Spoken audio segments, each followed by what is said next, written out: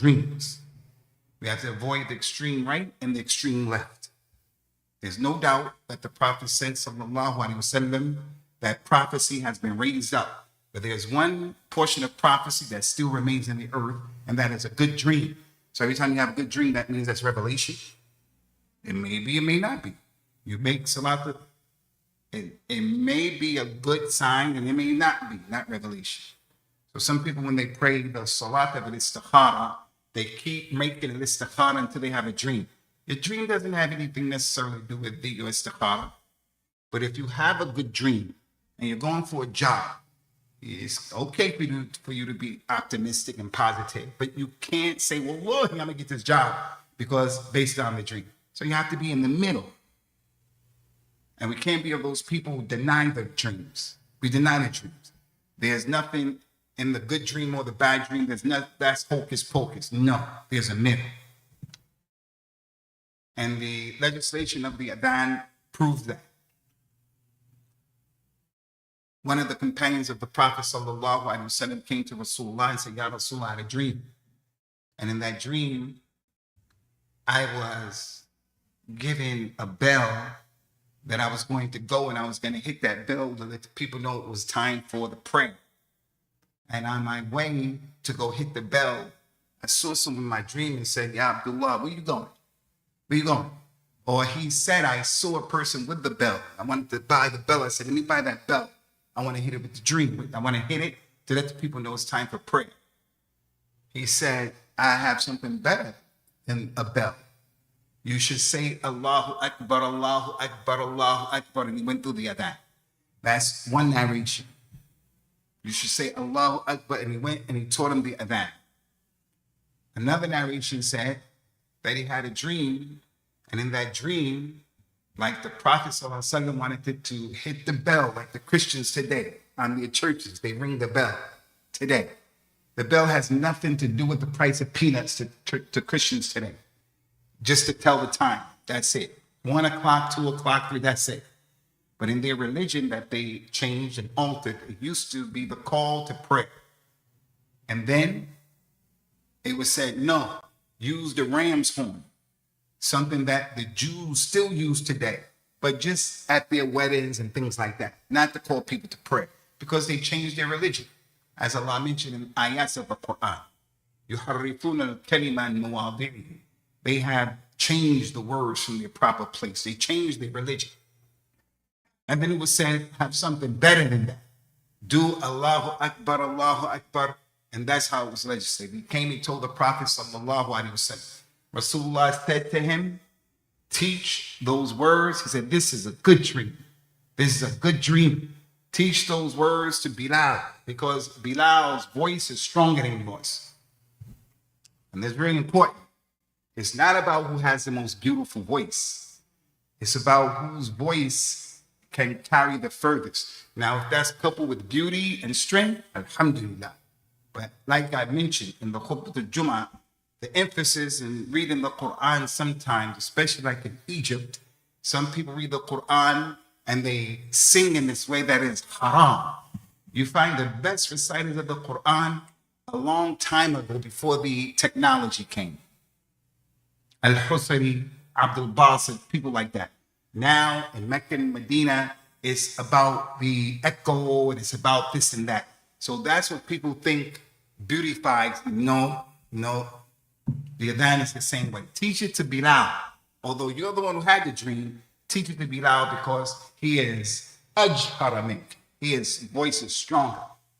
After that, Umar came and said, Ya Rasulullah, wallahi, last night I saw in my dream that this thing happened right here. He had heard the Adhan as well. So there's a lot of fiqh in that, a lot of benefit. There's not the time for that. That's how the Adhan became legislated based upon a dream. So dreams have positions in Islam. Be in the middle. Don't be of those people like the people that tasawwuf, like the ignorant people. Everything is a dream and everything is a dream. No. And don't be like the people who in their deen, they're really weak in their religion and they reject and deny what's established. Surah Yusuf establishes the dream. And a lot We've been told about the dreams. Moving forward, inshallah, we'll deal with that. Let me mention it, Queen. This is really important. The Adhan is from the khasa'is of al-Islam. The khasa'is of al-Islam means something that is only peculiar to this deen. No other community had the Adhan before our community. No other community. Like we have a lot of special qualities and characteristics to our religion. No one else has. We'll be the majority of the people in the Jannah. Our Nabi sallallahu alayhi wasallam, his religion abrogated all the religions that went before. There are many, many things. Many things. The Adhan is one of those things. It's from the khasa'is. No one else had it. So although Allah told Ibrahim and commanded him, Adhan fin nasi bil hajj, make the Adhan, it didn't mean that he said anything. Allahu Akbar doesn't mean that. It means he made al-i'lam or al-i'lam. He announced, he made a proclamation. He made a proclamation, not the Adhan. The Adhan is only for this ummah. In the books of fiqh, you're going to always find the chapter of the Adhan. Always. Like in the books of hadith. Sahih Bukhari, Sahih Muslim, Abu Dawud, the Tirmidhi, and Nasai ibn Dawud, the Kutub al-Sitta. Each one of those books has the chapter about everything concerning the Adhan. And the books of fiqh, no matter what the madhab is, whether it's extensive, middle, or small works, you're going to find the Adhan and the fiqh of the Adhan. The scholars didn't leave anything unturned. One of the things I want to mention to you that's critical is the scholars of Islam. They said, if a people who are living in a town like Kissimmee, like Orlando, like Mogadishu, like Peking, China, if Muslims are living in a town and they agree amongst themselves, we're not going to give the Adhan. We won't make the Adhan. They should be killed. Now, I don't want my words to be taken out of context, especially by those non-Muslims who are always, with their Islamophobia. We're talking about the jurisprudence of al-Islam. Why did they say they should be killed? Why?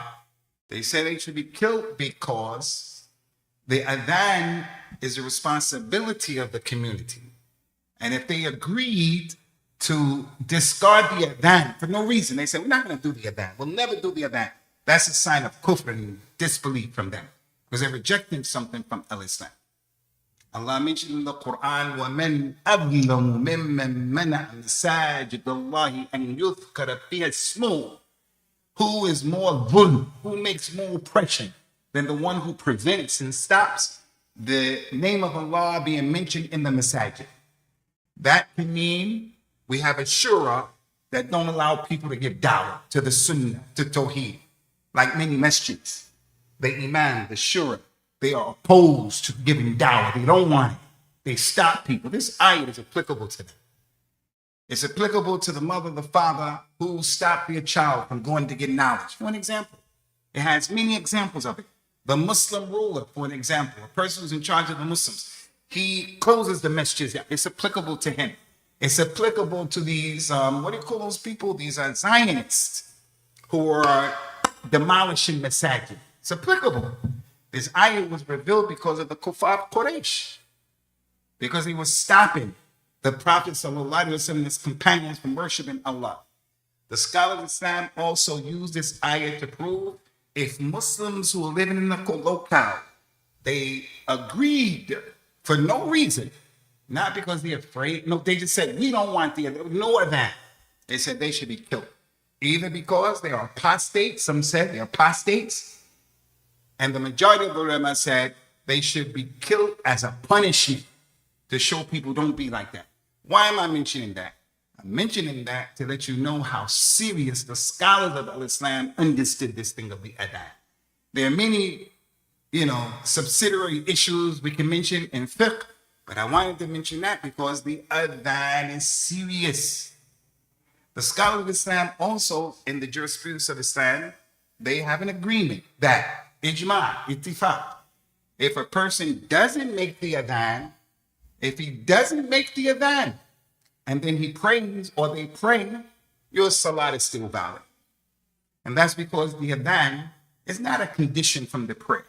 The prayer has conditions. In order to pray, there's certain things you have to do. You have to do certain things.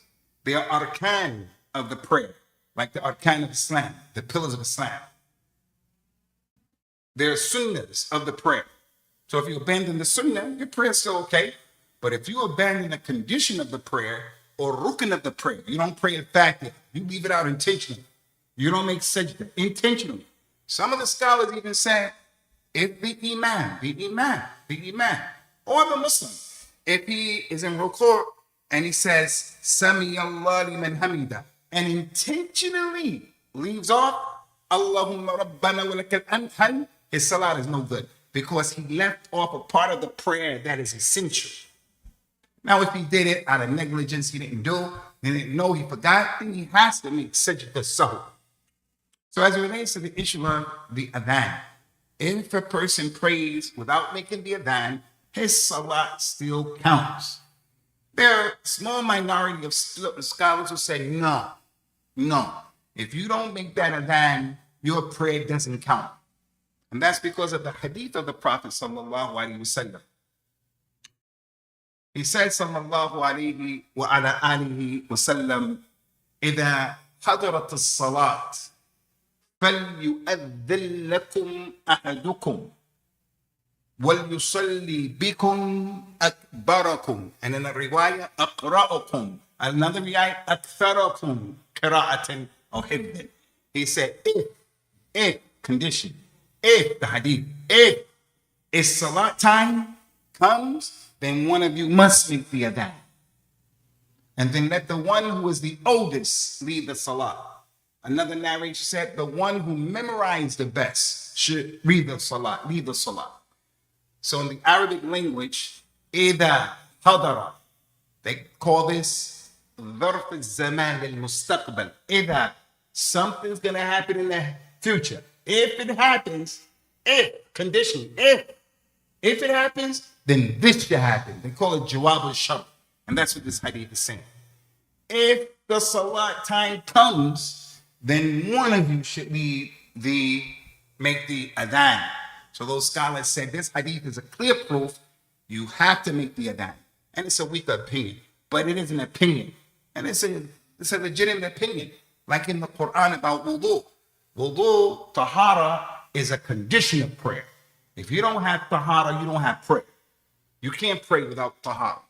The ayah said in the Quran, Ya ayyuhalladhina amanu. The same thing. If, إِذَا قُمْتُمْ إِلَى الصَّلَاةِ فَاغْسِلُوا وَجُوهَكُمْ وَأَيْدِيَكُمْ إِلَى الْمَرَافِقِ. Oh, you believe. If you want to pray, then make wudu. Make wudu. It is a condition. So this ayah, what's going on, the formula in Arabic is like this hadith. But the strongest opinion and the clearest opinion is you don't have to. If you didn't make the adhan and you pray, your prayer, your salat counts. Now we're going to move on to some other issues concerning the adhan. You should know that the adhan of Islam has been mentioned in the Quran. The dalil of the adhan is not just in the authentic sunnah. The adhan's legislation is in the Quran. Allah Azza wa Jalla mentioned 2 ayat. There are others, but these 2 are clear that is concerning the adhan. He mentioned subhanahu wa ta'ala talking about the kuffar Quraysh and other than them. وَإِذَا نَادَيْتُمْ إِلَى الصَّلَاةِ وَإِذَا نَادَيْتُمْ إِلَى الصَّلَاةِ اتَّخَذُوهَا هُزُوًا وَلَعِبًا ذَلِكَ بِأَنَّهُمْ قَوْمٌ لَا يَعْلَمُونَ. Ya Muhammad, if you people, you Muslims, call to the salat, the non-Muslims, they take the call, the adhan, as play and gesture. They were getting high, drinking, and whenever they hear the adhan, they would joke around, getting high. Listen to this. Look at that. So that's one ayat that shows the adhan in Islam. The other one is in Surah Al-Jum'ah. Ya ayyuhalladhina amanu. إذا نودي للصلاة من يوم الجمعة فاسعوا إلى ذكر الله وذروا البيع ذلكم خير لكم إن كنتم تعلمون. Oh, you who believe, if, if, if the call is made for Juma, if the call is made, then leave off your tree. It's that formula. So those two ayats show that the Adhan is from Islam. Those two ayats. Now I want to back up a little bit because this is really important as it relates to social media today in our case. And that's true. The non-Muslims of Quraysh, they're the people who they make jokes at the expense of the religion. And we see some of these jokes and we pass them around in our WhatsApp and other than that. Sometimes we think it's innocent, but joking about the religion is something that can put you outside of Islam. There's a book that Muhammad ibn Abdul Wahhab wrote called Nawaqidul Islam. Those things that destroy you, Islam. They put you outside of Islam. And one of them is joking and playing with Allah's religion. Like the kuffar, they're the ones who do that. Now, I don't want to get into that because it's a long story, long history, issue. We can talk about why the ayat was revealed. But these people who were traveling with Rasulullah and Munafiqeen, they were saying, look at Muhammad and his companions. These are supposed to be Muslims. They said they're greedy, they eat too much, they're always lying. And then when we meet the enemy, they're scared. They were talking like that. Munafiqun. One of the Muslims was with the Munafiqeen when he said that. He said, I heard what you said. You're a Munafiq, and I'm going to go tell Rasulullah what you said. And he went and he told them. Those people were very quick to catch up. And when they caught up, they saw the Prophet sallallahu alaihi wasallam looking because Jibril had already come. He had already came and told them what these people did. And they said, we were just passing time. We didn't really mean that. You know, like, I don't know about you, but when you go to camp with African Americans, when we used to go to camp, we would leave where we live in the ghetto, or we go to the camp out there in those nice places. I know way to camp, we used to say these songs to kill the time on the trip. I don't know if you brothers know about that. I don't know. Did you used to do that? Everybody's looking at me like they didn't do it. Like they would say 99 bottles of beer on the wall, 99 bottles of beer. You keep saying that all the way until you get one, all the way down to one. By the time you get down to one, you done did 2 hours of traveling, for an example. So that's what they said they were doing. And the ayat came down. And the ayat asked the question, Abillahi wa ayatihi wa rasulihi kuntum tastahzi'un la ta'tadiru qad kafartum ba'da imanikum.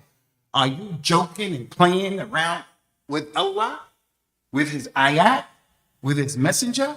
Don't offer any excuses. You have disbelieved. You're disbelievers. And that man was holding on to Rasulullah's horse, and Rasulullah was making his horse move. And the man was kicking rocks, and he was stepping over cactuses. He was hurting himself. Rasulullah had no mercy on him. He said, I'm not going for your games. And the man was trying to keep up. And Rasulullah dealt with him in a tough way because he deserved it. So what's the point here about the Adhan? Playing around and joking around in this religion is a kabira from the Kaba'ir. The Ferrari Imam. You saw the Ferrari Imam, right? You saw that video, the Ferrari Imam in Ramadan. Don't send that out because it ain't funny. It's sad that people would pray. There's no prayer. That's not called prayer. That's an exercise like Jack LaLanne. That's an exercise. They're just doing calisthenics, those people. That's not a prayer. I saw the guy was praying. He took his mobile phone was in his pocket. He took the charger and plugged it into the wall while he was praying. That's not funny because it's dealing with prayer. And there are many things. There was somebody who was standing up praying and he looked like they was facing this way, a lady with hijab. But she wasn't, the way she dressed looked like, but she was backwards. She was the other way. So she made record the other way. Those things are not funny. Those things are not funny. We don't mock the Quran, Rasulullah, the righteous people, none of that. That's one of the reasons why it's not permissible for us to do plays where a person is acting as if he's Pharaoh or acting as if he's Umar or acting. This is not our religion. So that's what Allah mentioned about the kuffar, about whenever they hear the Adhan, they would joke around at the expense of the religion. The other thing that one is really important in that hadith of Abu Sa'id al-Khudri, if you recall, whoever makes the adhan, he said, if you are in the wilderness, in the desert, and you make the adhan for salah, raise your voice, because no jinn, no human being, nothing hears the voice of the mu'adhin and the echo of the mu'adhin. Nothing hears it except that it will come Yawm al-Qiyamah and bear witness for him. If you look out this door right here, just identify all of the things in front of you. Not the cars in the building, not that stuff. But all of this other stuff, the trees, all of this other stuff. They worship Allah.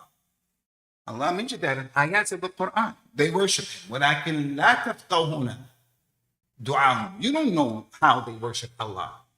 Bees, ants, they all worship Allah, everything. But you people don't know. You don't understand the language. Allah understands the language. So in that hadith, it goes to show it is really important. Because maybe 99% of the masajid of the Muslims are making a mistake with the adhan. The adhan should not be done inside of the masjid. It's incorrect. They call that in Arabic tahsil al-hasil. Tahsil al-hasil means when you make the adhan inside of the masjid, you're giving the adhan in an enclosed place for people already at the masjid. The adhan is for the people who are outside to hear to come to the masjid. To come to the masjid. It's like a person saying, you see that wooden tree? You don't have to call it a wooden tree. It's already known by default it's a wooden tree. Is water wet? Yeah, water is wet. But so to make the adhan inside of the masjid is incorrect. Incorrect. Show me a masjid other than the masjid of people who try to be on the Sunnah in this area, Central Florida, and I'll show you the vast majority of masjids who make the adhan inside of the masjid. And if you wait to tell the people this adhan is not correct, they can't fathom and understand what you're saying. Why? Because that's not the religion that our fathers left us. That's not the religion we learned. That's not the religion. And we have to be those people who, when the proof is presented to us, like this clear hadith. So as it relates to giving the adhan, the place of the adhan is in and outside the masjid. How do we know that? We know that from the hadith of the hadith of Abu Sa'id al-Khudri, and also, and this is important, the hadith that identifies the two mu'adhins of Rasulullah sallallahu alaihi wasallam. Everybody knows Bilal ibn Rabah. He was the first mu'adhin. The second mu'adhin was Ibn Maktoum, the blind man who couldn't see. And it is critical, Ibn Maktoum being a mu'adhin and being blind. Ibn Maktoum, the ayat or the surah, Abasa wa tawalla an ja'u al-a'ma. وَمَا يُدْرِيكَ لَعَلَّهُ يَزَّكَّى أَوْ يَذَّكَّرُ فَتَنْفَعُهُ ذِكْرًا. Rasulullah frowned and turned away. When the man came trying to learn Ibn Maktoum, Rasulullah wanted to talk to the non-Muslims of Quraysh, the chiefs, and he was saying, no, not now. He wasn't putting them down. It's like a person says to his child, hey, take it easy, not now. So he's like, not now. It wasn't nasty. He didn't have bad akhlaq. He didn't treat them. He never treated people bad. Now, Muslims would take this and say, look how I'm dealt with the man. It wasn't like they understood. He was telling him, not now. Let me talk to these people, because if these people accept this land, they'll protect you, me, and the deen. So not now. But Allah Ta'ala, I don't want to say criticizing the tawbih. That's too strong. Ritab. Ritab is like when Allah put the situation straight. There's a particular word, I don't know. Ritab means like to rebuke, but not in a bad way. Ibn Maktoum. Now listen, it's important. Those are the two mu'adhins. Two. Rasulullah told the people, sallallahu alaihi wasallam, إذا أذن بلال فكلوا واشربوا حتى يؤذن ابن مكتوم. If Bilal gives the adhan, continue to eat and continue to drink. But when Ibn Maktoum makes the adhan of Fajr, you gotta stop. So Ibn Maktoum was the second mu'adhin behind Bilal. Bilal was the chief mu'adhin for the 5 prayers. But for Fajr, Bilal and Ibn Maktoum did the adhan. Bilal did the adhan before Fajr for Qiyam al-Layl. And in that adhan, he would say, As-salatu khayru min al-nawm. As-salatu khayru min al-nawm. Prayer is better than sleep. Prayer is better than sleep. You're sleeping. Get up and pray. It's better. So that was when Bilal was the mu'adhin before Fajr. And then Ibn Maktoum would come. And the hadith said, listen to this, the time that it took when Abdullah bin Maktoum, when Bilal, he would come down. And then Ibn Maktoum would go up. Come down from where? Come down from the roof of the Kaaba. Not from inside of the Masjid. Come down from the roof of Prophet Muhammad's Masjid. Sallallahu alaihi wasallam. He wasn't in the minaret. The minaret is an innovation in Al-Islam. The mihrab, extra money. The mihrab is innovation in Islam. The minbar, that's from the Sunnah. But the minaret, it's not from our religion. Not from our religion. Ala kullin, they did the adhan outside and on top of the roof. As for what's recorded and reported that in Mecca, when Rasulullah sallallahu alaihi wasallam went back to Mecca and he conquered Mecca, and Bilal got on top of the Kaaba and he made the adhan from on top of the Kaaba, Yarib al-Mushrikeen, to make the kuffar, the non-Muslims, the polytheists, to make them upset because Islam conquered them, and they saw the black man from the companions, Bilal ibn Rabah, he's on top of. All of those narrations are not true. There's problems with all those narrations. How many of you saw that movie, The Message or The Messenger? The Message. The Message. When I first became a Muslim, I saw that movie and it made my iman go up. I was inspired by that movie. And on that movie, the actor, the black actor, who used to play in black exploitation movies as well, back in the 70s, the actor that played Bilal, he's playing a wali from the awliya of Allah who's in the Jannah, wallahi. This man, before that movie, he used to play movies about the ghetto and black people. You know, they used to, those movies. They showed him on the Kaaba. How many of you saw that movie before? I'm the only one who saw that movie, man. Yeah, The Message. None of you saw that movie. Yeah, it was a critical part of the movie. And when you see it, you're like, wow, because it showed Islam took over. And the guy who was playing Bilal started seeing the Adhan. And at that moment was one of those like watershed moments. All of those narrations are not authentic, that he got on top of the Kaaba. But what is authentic is in Medina, he got on top of the roof along with Ibn Maktoum. Very quickly, Akhwani, this is important, very important. Some of the scholars and some of the people in these masajid, in these madhabs, they say things like, if you're blind, you can't lead the salah.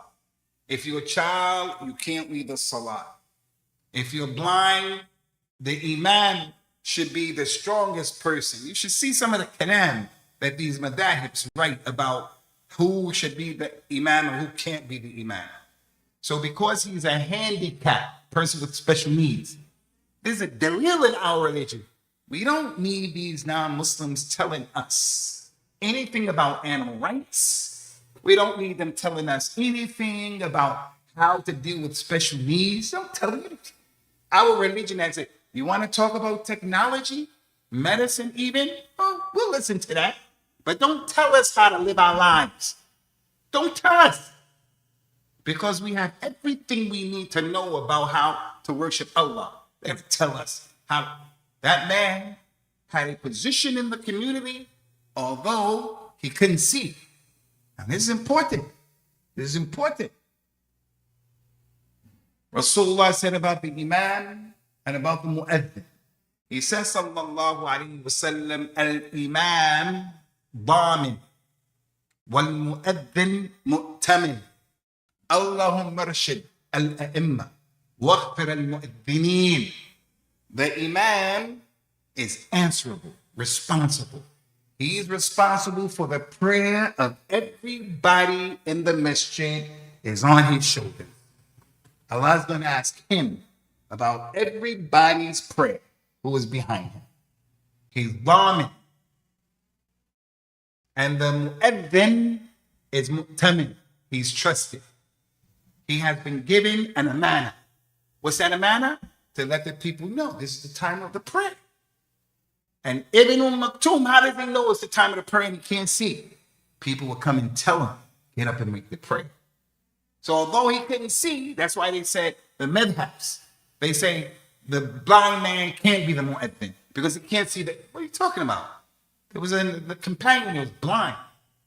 So someone having a handicap or a special need does not prevent him from being from the awliya, doesn't prevent him from being from the ulama. How many people in Islam are scholars and they couldn't see, they were blind?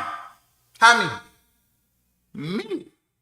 So Bilal and Ibn Maktoum, they have the tazkiyah from Allah, in that Allah said about all the companions, radiyallahu anhu, Allah is pleased with all of them. فَإِنْ آمَنُوا بِمِثْلِ مَا آمَنْتُمْ بِهِ فَقَدْ اهْتَدَوْا. If they believe the way you and your companions believe, Ya Muhammad, then they are guided right. That's the tazkiyah that Allah is showing, that those companions are better than. Allah is pleased with them. And they died, Allah was. But also Bilal and Ibn Maktoum, if you read the books of hadith, all of them. There's a chapter in there called Kitab al-Munaqib. Kitab al-Munaqib, the chapter of the virtues of the companions. So they bring Abu Bakr and say everything that was mentioned about him. Umar, Uthman, Ali. And they always bring Bilal and they always bring Ibn Maktoum. Because the fact that they were the mu'adhins for Rasulullah sallallahu alaihi wasallam show that they're virtuous. So you remember that. 2 mu'adhins for the Nabi sallallahu alaihi wasallam. What time is the Adhan? I can't even see. What time is the Adhan? 9:18 is the Adhan.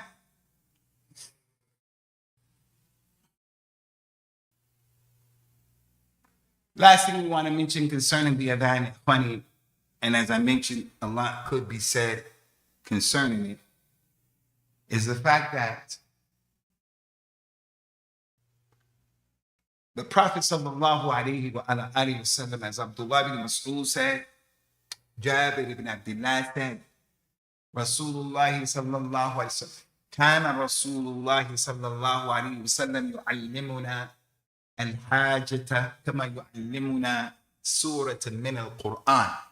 Rasulullah used to teach us, the community, al-hajah. Al-hajah is khutbat al-hajah. And alhamdulillah, he used to teach people this the way he would teach them a surah of the Quran. Showing, number one, that the Quran is the most important thing, because that's what they made it the example of. But he used to teach khutbat al-hajah to the regular community members with the same emphasis. So if he used to teach them khutbat al-hajah, khutbat al-hajj is not as important as the adhan.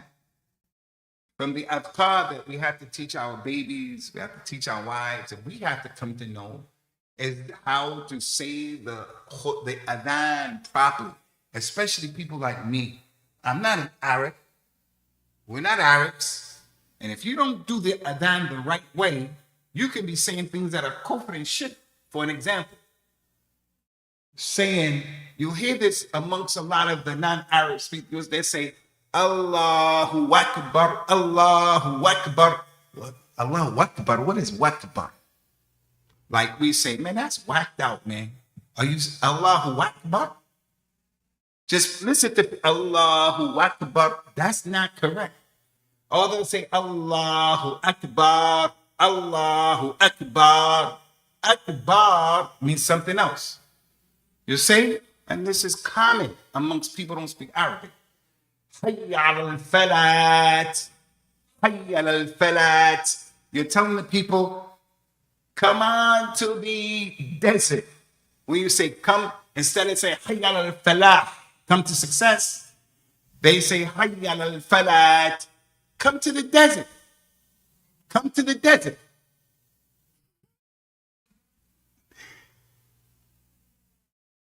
So the adhan is not for every Amr, Bakr, and Zayd just to get up and just to say it. Did you brothers see? I think he was African American. I heard he was Samoan. I heard he was Hawaiian. I heard he was African American from California. Did you see the adhan of that, brother? Did you see that adhan? Anybody see that adhan of that, brother? I'll show you after class, inshallah. He made an adhan. Unless everybody in that masjid is like him, this adhan is not acceptable. It's an adhan that's not permissible.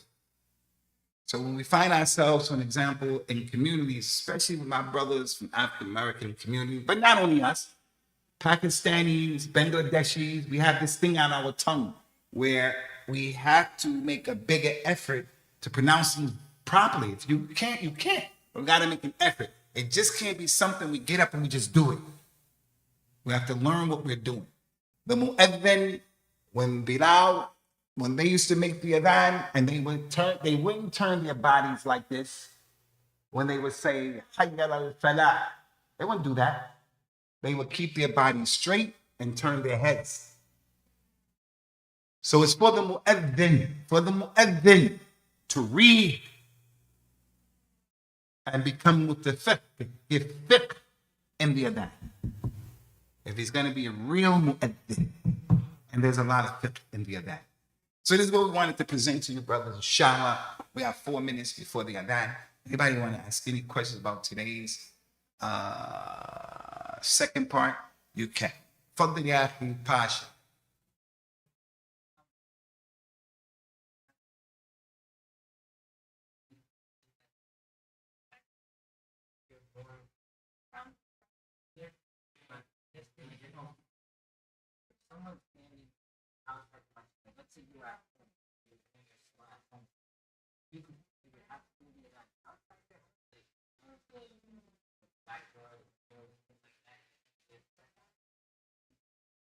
As for the minaret being made so it can make the echo louder, Allahu Alam. I don't know if that's true, it's not true.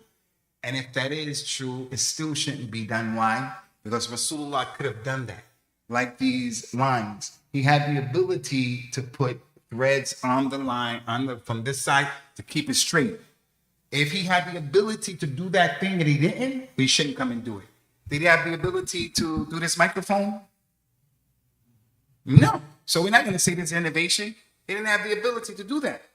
So that's first thing about that minaret. Secondly, there was another blind man who came and said, Ya Rasulullah, I don't have anyone who can take me to the masjid. I'm blind. I can't go.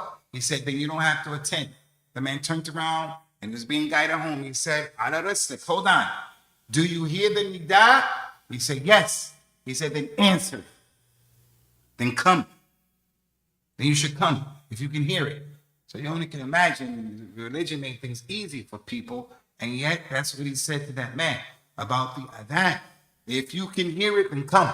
So if a person can hear the adhan from his house, he should come to the masjid unless he doesn't have he has a valid reason not to do it. So if a person is going to make the adhan in his house because he's not coming, it's far from the masjid, whatever, I would say do the adhan in your home. Do the adhan so that your neighbors don't call the popo on you. Yeah, so your neighbors don't call the popo on you. And that's another thing, Juan, and this is something else. If we're surrounded by neighbors and it's a hostile environment, then don't do the adhan outside because things are hostile. But if we can do it and there's no problems, then we'll do it. We'll do it. Allah doesn't burden us beyond our scope. Any more questions, Akhwani? Any more questions?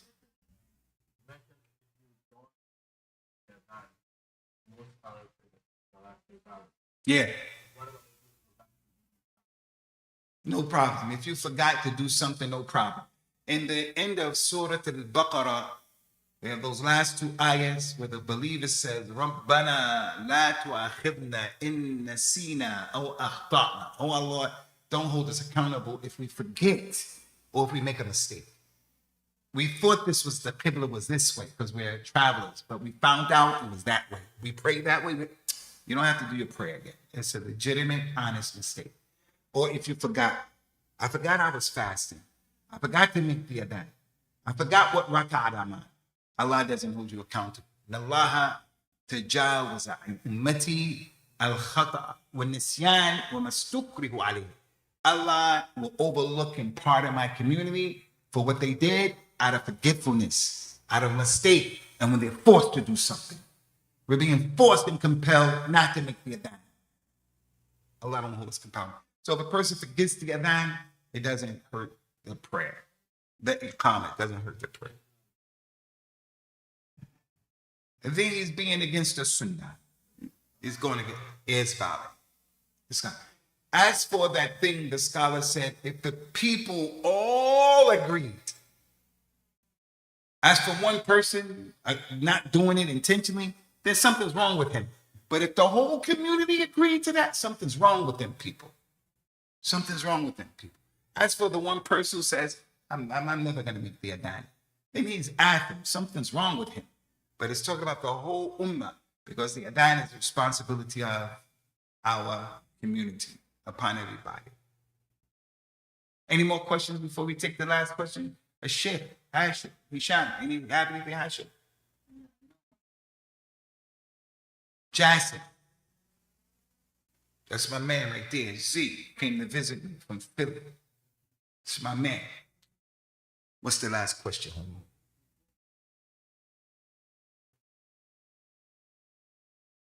Yeah, we can have an adhan class, inshallah. We can have an adhan class. We could get some official mu'adhdhinin type thing like that. And we can go over some of this stuff because it's critical. It's important. It is important. All right? سبحانك اللهم وبحمدك وأشهد أن لا إله إلا أنت أستغفرك وأتوب إليك. السلام عليكم ورحمة الله وبركاته.